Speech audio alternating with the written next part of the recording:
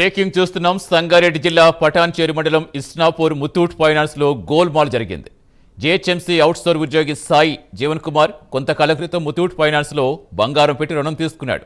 తాజాగా రుణం మొత్తం డబ్బు 9,51,000 రూపాయలు ఆన్లైన్ ద్వారా చెల్లించిన ముత్తూట్ ఫైనాన్స్ అధికారులు జీవన్ కు చెందిన బంగారం ఇవ్వలేదు. నగదు బ్యాంకు ఖాతాలో జమ కాలేదని, అవి తిరిగి బాధితుని ఖాతాకే వస్తాయని చెబుతూ వస్తున్నారు. దీంతో అతని బంధువుల సహాయంతో తన బంగారం తిరిగి ఇవ్వాలంటూ నిర్వాహకులతో వాగ్వాదానికి దిగాడు.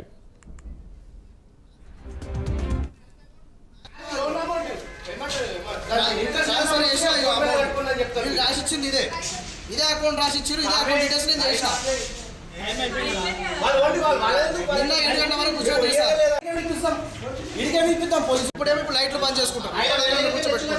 బతిమాడగా వీళ్ళు లోపలికి పోతారు. లోపల వేరే కస్టమర్ నాతో అంటారు సర్వర్ డౌన్ ఉంది, ఇంటర్నెట్ బంద్ ఉంది అని చెప్పేసి చెప్తున్నారు. వేరే నా కళ్ళ ముంగట వేరే కస్టమర్లకు ఈ కోడ్ రిలీజ్ చేసి పంపిస్తున్నారు. ఐటమ్ ఇచ్చేస్తున్నారు.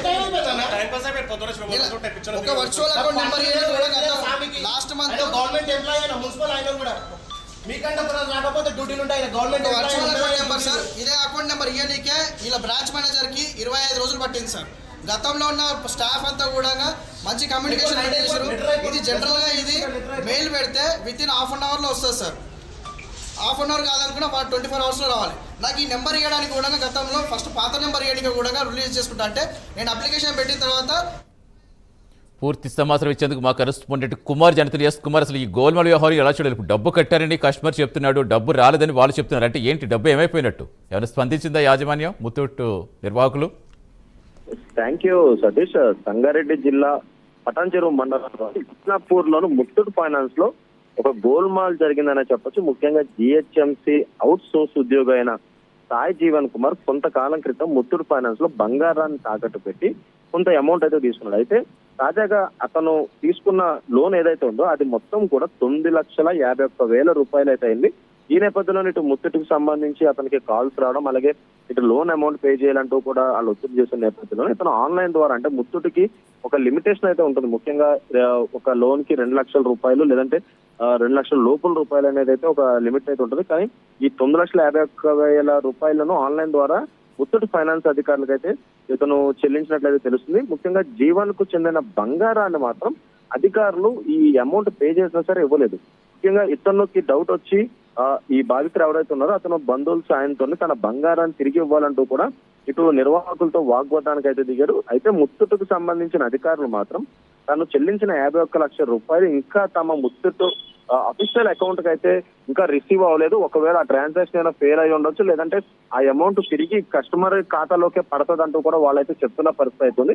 అయితే ఈ గోల్మాల్ కు సంబంధించి అంటే గతంలో చూసుకున్నట్టయితే ఇటు ముత్తూట్ ఫైనాన్స్ కావచ్చు, లేదంటే మనపురం లేదా ఈ ఐఐఎఫ్ఎల్ లాంటి ఫైనాన్స్ సంస్థలు ఏవైతే ఉన్నాయో వాటికి సంబంధించి ఏదైతే క్యాష్ రూపంలోనే తీసుకున్నారు. కానీ ఇప్పుడు అంతా డిజిటల్ అయిన తర్వాత ముఖ్యంగా ప్రతి ఒక్కరు కూడా ఆన్లైన్ ద్వారానే చెల్లించుకుంటారు. ముఖ్యంగా ఇటు ముత్తూట్ ఫైనాన్స్ లాంటి వాటి అయితే వాళ్ళు ఒక లింక్ పంపిస్తారు. ఆ లింక్ ద్వారా ఈ అమౌంట్ పే చేయాలంటూ చెప్తారు. ఆ లింక్ ద్వారా అమౌంట్ పే అయిన తర్వాత వాళ్ళ అఫీషియల్ అకౌంట్ కి ఆ అమౌంట్ రిసీవ్ అయిన ఒక మెసేజ్ వస్తుంది. ఆ మెసేజ్ వచ్చిన తర్వాత ఈ బంగారాన్ని తిరిగి కస్టమర్ కి అయితే ఇస్తారు. కానీ ఇప్పుడు ఇతను ఎవరైతే ఇస్నాపూర్ కు సంబంధించి ముత్తూట్ ఫైనాన్స్ కి సంబంధించి ఈ జిహెచ్ఎంసీ అవుట్ సోర్స్ ఉద్యోగి అయిన సాయి జీవన్ కుమార్ కట్టిన అమౌంట్ మాత్రం ముత్తూట్ అకౌంట్ కి అయితే చేరలేదంటూ కూడా ఇటు అధికారులు చెప్తున్న పరిస్థితి అయితే ఉంది. కానీ సాయి కుమార్ మాత్రం తన చెల్లించిన అమౌంట్ ఆన్లైన్ ద్వారా ముత్తూట్కే చెల్లించాను, దానికి సంబంధించిన సక్సెస్ అయిన స్టేట్మెంట్ కూడా తన దగ్గర ఉందంటూ కూడా ఇటు జీవన్ కుమార్ అయితే చెప్తున్న పరిస్థితి అయితే ఉంది. అయితే దీంతో ప్రస్తుతం ఆ బాధితులు కూడా బంధువుల సాయంతో బంగారం తిరిగి ఇవ్వాలంటూ కూడా నిర్వాహకులతో వాగ్వాదానికి అయితే దిగారనేది తెలుస్తుంది. కానీ ఇప్పటి వరకు కూడా అఫీషియల్ గా ముత్తూట్కు సంబంధించి అధికారులు మాత్రం ఇటువంటి సమాధానం అయితే ఇవ్వట్లేదు. గతంలో మనం చూసాము ఇలాంటి ముత్తూట్ అంటే ప్రైవేట్ సంస్థలు ఏవైతే ఉన్నాయో ఇటు గోల్డ్ తాకట్టు పెట్టుకుని రుణాలు ఇచ్చే ప్రైవేట్ సంస్థలు వాటిలో కూడా చాలా మటుకు గోల్మాల్ జరిగింది. అంటే ఇటు ఇదే ముత్తూట్ లాంటి బ్రాంచెస్ అంటే కొన్ని ముత్తూట్ బ్రాంచెస్ లో కూడా చాలా సార్లు గోల్మాల్ జరిగింది. ముఖ్యంగా బంగారాన్ని తాకట్టు పెట్టుకున్న తర్వాత ఆ బంగారాన్ని అందుట్లో పనిచేసే ఉద్యోగులు కాజేయడం ఇలాంటి చాలా సిచ్యువేషన్ జరిగాయి. కాబట్టి దీనిపై కూడా ఒక క్లారిటీ వచ్చే అవకాశం అవుతుంది.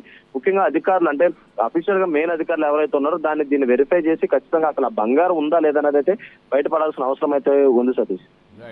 కుమార్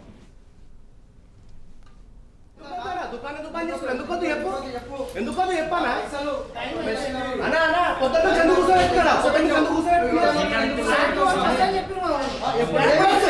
స్వామి సాయంత్రం అయిపోయింది నైట్ అవుతుంది కదా స్వామి అయిపోయింది ఏమన్నా నైట్ అవుతుంది నిన్న పొద్దు నుంచి సరే, నీకు ఏది పంపించినా లేదు.